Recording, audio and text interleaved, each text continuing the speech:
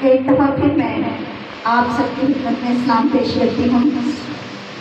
ہم نے خداوند کے کلام میں سے ابھی پڑھا سنا کہ یہاں پر لکھا ہے اور دوپہر سے لے کر تیسرے پہر تک تمام ملک میں اندھیرا چھایا رہا، اور تیسرے پہر کے قریب یسوع نے بڑی آواز سے چلا کر کہا، ایلی ایلی لما شبقتنی، یعنی اے میرے خدا تو نے مجھے کیوں چھوڑ دیا۔ آمین۔ یہاں پر ہم سب سے پہلے خداوند کے کلام میں سے سیکھیں گے اندھیرے کے بارے میں، کیونکہ یہاں پر ذکر کیا گیا کہ اندھیرا پورے ملک میں چھا گیا۔ یہ اندھیرا کیوں چھا گیا؟ اس اندھیرے کی کیا وجہ تھی، اور اس اندھیرے سے ہم کیا سیکھتے ہیں کہ یہ اندھیرا کیوں چھا گیا؟ خداوند کے کلام میں سب سے پہلے اندھیرا اور اندھیرے کو روشنی سے جدا کیا گیا۔ خداوند نے جدا کیا، اندھیرے کو الگ کیا، لیکن اس اندھیرے کو الگ کرنے کا مقصد تھا کہ دن اور رات انسان کے لیے خداوند نے ایک خوبصورت نظام بنایا کہ ہم رات کو آرام کریں، اور وہ اندھیرا جو ہے وہ ہمارے آرام کے لیے بنایا گیا، اور دن کو ہمارے کام کے لیے الگ کیا گیا۔ اس کے بعد پھر ہم خداوند کے کلام میں سے بہت ساری جگہوں پر اندھیرے کا ذکر ہے، لیکن ہم ایک ہی جگہ پر دیکھیں گے کہ مصر میں بھی اندھیرا چھایا ہے۔ وہ اندھیرا جو مصر میں ہوا، وہ اندھیرا جو تھا وہ کن لوگوں پر ہوا تھا؟ صرف مصریوں کے لیے تھا، اسرائیل پر وہ اندھیرا نہ تھا۔ اسرائیل اسی ملک میں رہنے والے لوگ تھے، اسی ملک میں رہ رہے تھے، لیکن ایک حصہ جو ہے ملک کا وہ اندھیرے سے بھرا ہوا ہے، اور ایک حصہ جو ہے وہ روشنی میں ہے، روشن ہے، اور وہ ان کے لیے غضب تھا خدا کی طرف سے، وہ سزا تھی خدا کی طرف سے، ان پر وہ غضب نازل کیا گیا تھا تاکہ وہ اندھیرا ہو جائے، اور وہ ایسا گہرا اندھیرا تھا، ایسی گہری تاریکی تھی کہ وہ اپنے آپ کو اپنے قریب بیٹھے ہوئے کو بھی دیکھ نہیں پاتے تھے، یعنی اتنی گہری تاریکی تھی، اور وہ تاریکی سزا تھی۔ لیکن یہاں پر بھی اندھیرے کا ذکر آیا کہ یہ اندھیرا کیسا اندھیرا ہے۔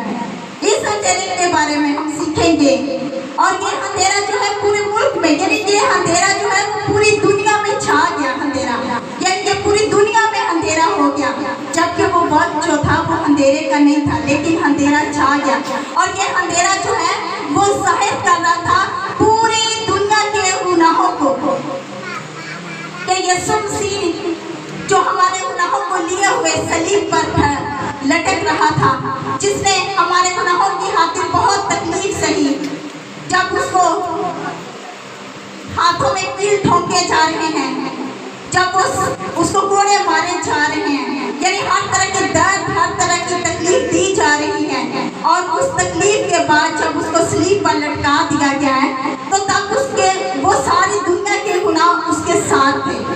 آہستہ آہستہ وہ اس جگہ پر پہنچا خدا کہ جب اس سے ان گناہوں کو گرنا تھا، الگ ہونا تھا، کیونکہ یوحنا جو بپتسمہ دیتا ہے، جب اس نے خداوند یسوع مسیح کو بپتسمہ دیا تو کہا کہ، اور اس نے بپتسمہ دینے کے بعد، راست بازی کا یہ کام کرنے کے بعد اس نے کہا کہ یہ خدا کا بڑا ہے جو دنیا کے گناہ اٹھائے جا رہا ہے، یعنی خداوند کے اوپر جو ہمارے گناہ رکھے گئے تھے، اور پھر ان گناہوں سے کفارہ دیا جا رہا تھا۔ وہ اندھیرا جو ہے وہ ظاہر کر رہا تھا کہ پوری دنیا کا کفارہ ہو رہا ہے، کسی ایک حصے کے لیے نہیں، کسی ایک قوم کے لیے نہیں، کسی ایک نسل کے لیے نہیں، بلکہ وہ اندھیرا شو کر رہا ہے، وہ ظاہر کر رہا ہے کہ پوری دنیا کے لیے یسوع مسیح نے کفارہ دیا ہے۔ یہ بدن جو صلیب پر لٹک رہا ہے، جو زخموں سے چور ہوا ہے، جو نہایت زخمی ہے، اس کا بدن جو ہے وہ ہمارے گناہوں کے کفارے کے لیے لٹکایا گیا ہے، اس کا بدن جو ہے وہ ہمارے گناہوں کے لیے صلیب پر چڑھایا گیا ہے، قربان کیا گیا ہے۔ یہ اندھیرا جو ہے اس کے فدیے کو ظاہر کرتا ہے۔ لیکن آگے دیکھیں تو آگے خدا یسوع مسیح کہہ رہے ہیں کہ اے میرے خدا تو نے مجھے کیوں چھوڑ دیا؟ अंधेरे के बाद वो ये बोल रहा है, ये कलमा बोल रहा है खुदा, उसके मुंह से ये मुबारक कलमा निकल रहा है। और ये कलमा क्या है, हम आज गौर करेंगे कि क्या ये वाकई खुदा ने उसको छोड़ दिया था या किसी और सबब से। ये असल में अगर हम इसको गौर से देखें तो ये एक दर्द को जाहिर कर रहा है, एक तकलीफ को शो कर रहा है। वो तकलीफ हमें पहले नहीं नजर आई, जब उसके हाथों पे कील ठोके जा रहे हैं तो आप अंदाजा लगाएं कि हमें जरा सी सुई हमारे हाथ में चुभती है, हमें कितनी दर्द होती है। हम कहते हैं सी, एकदम से हमारी आवाज निकलती है।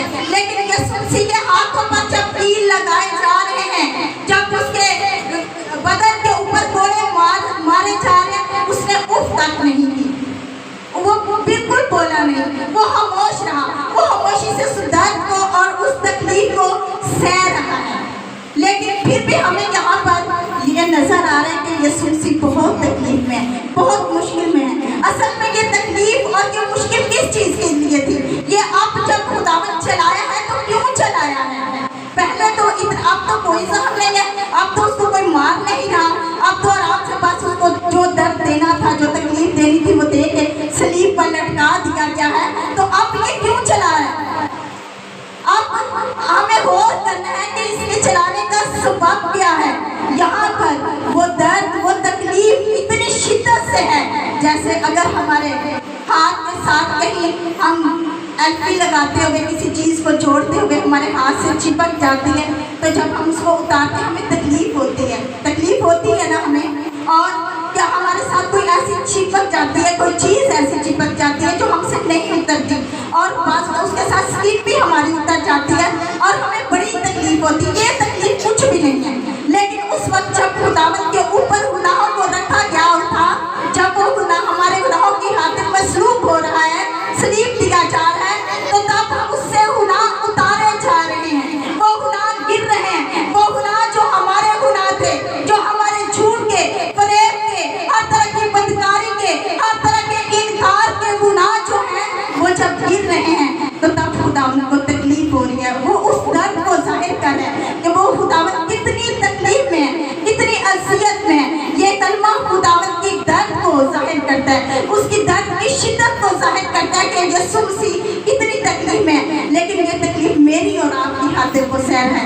ये तकलीफ उसने किसी अपने गुनाह के सबब से नहीं, मेरे और आपके गुनाहों के सबब से सही। हम देखें कि कितनी शिद्दत है इस दर्द में, इस तकलीफ में। और आगे हम देखें, अगर गौर करें तो क्या होता है कि यीशु मसीह चला कर कहते हैं कि ऐ मेरे खुदा, ऐ मेरे खुदा, तूने मुझे क्यों छोड़ दिया? क्या सच में खुदा ने उसको छोड़ दिया था? गुनाह तो बहुत पहले खुदा उनके ऊपर रखे गए। बहुत सारे लोग कहते हैं कि, और ये सच है कि खुदा गुनाह को नहीं देख सकता, तो बहुत सारे लोग कहते हैं कि शायद उसके ऊपर गुनाह रखे गए हैं तो अब खुदा जो है वो उससे अलग हो गया, खुदा ने उसको छोड़ दिया। जरा सोचने की बात है कि गुनाह तो बहुत पहले रख दिए, जब खुदावंद ने बपतिस्मा लिया उसी वक्त खुदा के ऊपर वो गुनाह रखे गए, और अब खुदा ने छोड़ा। खुदा को तो वहीं पर छोड़ देना चाहिए था, वहीं पर, क्योंकि वो तो उसके ऊपर तो गुनाह है, वो पाक नहीं रहा, उसके ऊपर तो हमारे किसी गुनाह रखे हुए हैं। तो फिर खुदा ने उस वक्त छोड़ा नहीं और अब सलीब पर खुदा छोड़ रहे हैं। हकीकत ऐसा नहीं है, हकीकत में कुछ और है। खुदा उसको छोड़ नहीं रहा।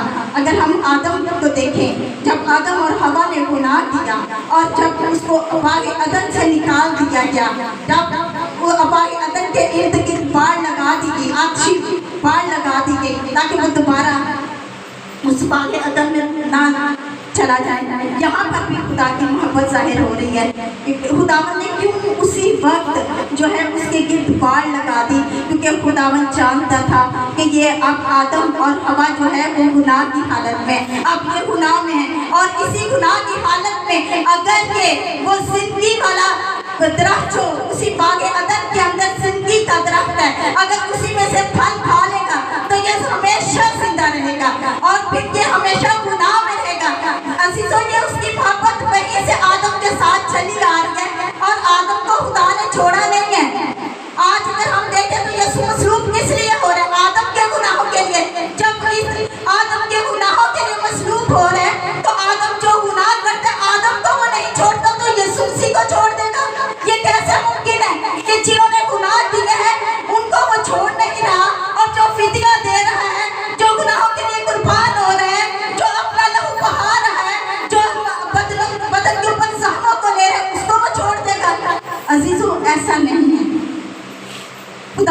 कभी नहीं छोड़ा। खुदा उसके साथ था, खुदा उसके अंदर था, और उसी रूह ने जो उसके अंदर रूह थी, यानी खुदा उसके अंदर था, उसी ने तो बाद में उसे जिंदा किया, तो वो कैसे छोड़ सकता है उसको? उसने उससे अलग नहीं हुआ, बल्कि खुदावन उसके साथ ये दर्द और ये तकलीफ में वो चला उठा है। वो दर्द में कहता है कि तूने मुझे क्यों छोड़ दिया। हम जब बड़ी तकलीफ में होते हैं, जब हमारे पास कोई नहीं होता, तो तब हम भी एक दूसरे को कहते हैं कि मैं इतनी तकलीफ में था, तू मेरे पास आया नहीं, मेरा भाई मेरे पास नहीं आया, मेरी बहन मेरे पास नहीं, मैं तो इतनी तकलीफ में थी, मैं तो मरने वाली थी, लेकिन मेरे पास कोई नहीं आया है। हम जब दर्द में होते हैं, तकलीफ में होते हैं, तो चला उठते हैं।